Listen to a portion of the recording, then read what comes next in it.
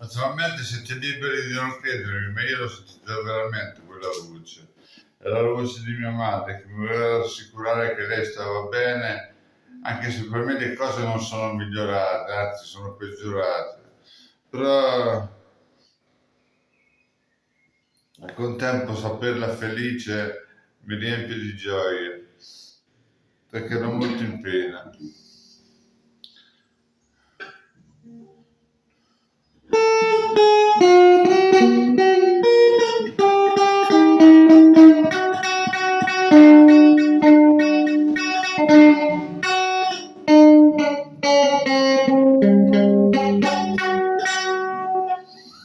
Lei non voleva essere cremato, ma